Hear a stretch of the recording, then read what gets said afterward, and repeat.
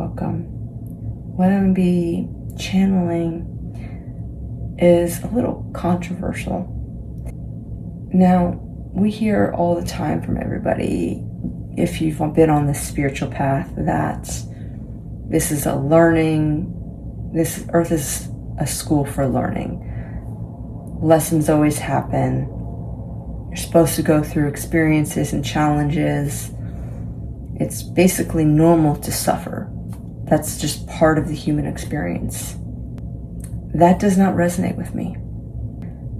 I don't feel that we're supposed to suffer. Now, that could be just being in the flow of the lessons. I haven't really gotten the true understanding of it, but I don't feel we're supposed to suffer. Constantly going from one lesson to another, waiting for the other shoe to drop. We hear miracles as something that's a rarity. I'm sure you can even say in your life, I've had miracles happen. But you're saying in an aspect that that's not normal. Miracles are normal. It happens all the time. It should be expected that miracles happen, not a surprise.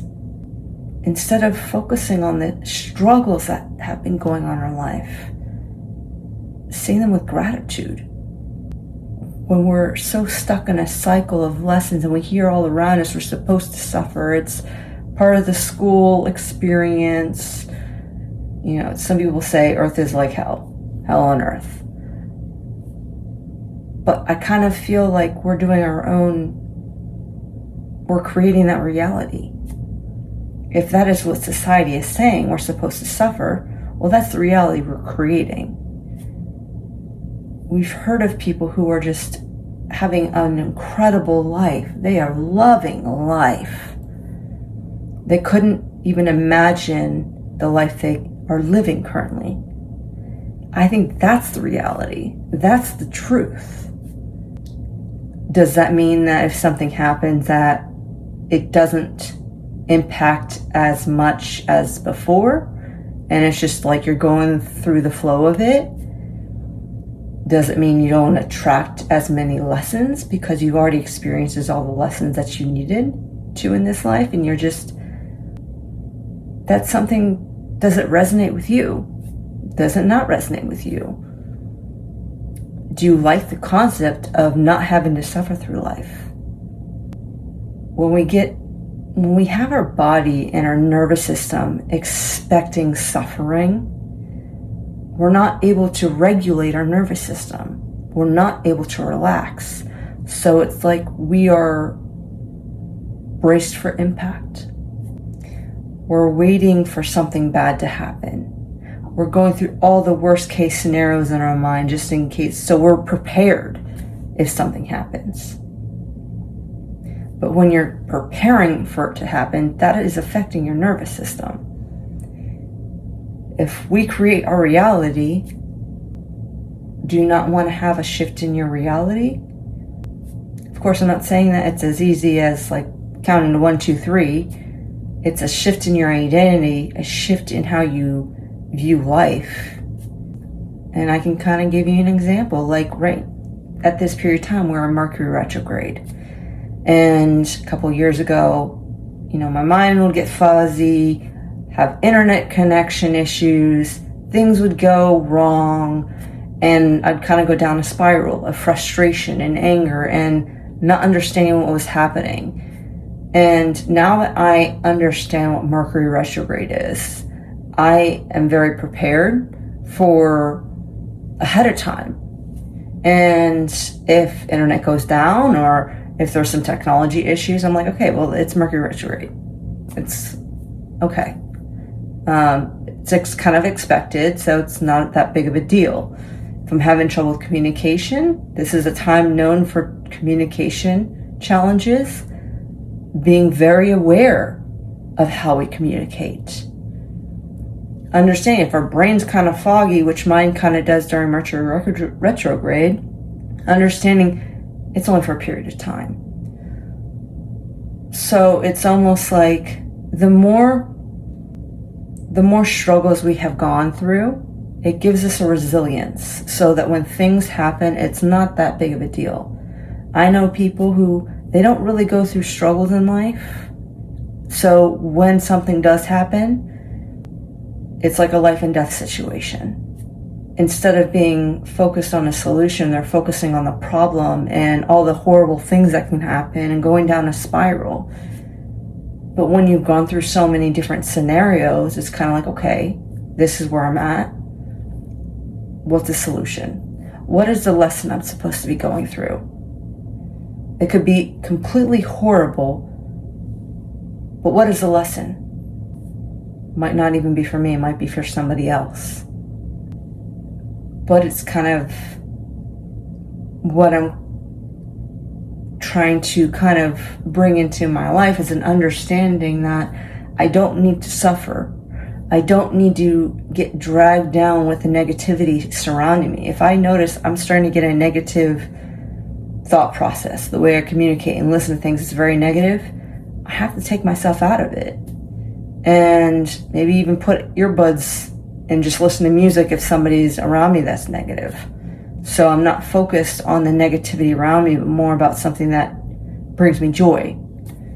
You know, maybe dancing while I'm walking, singing, but it's getting myself separated from the negativity, because you would think positivity is way more powerful than negative, but it's more normal in our society to focus on the negative. You can find something negative in any scenario, no matter how positive.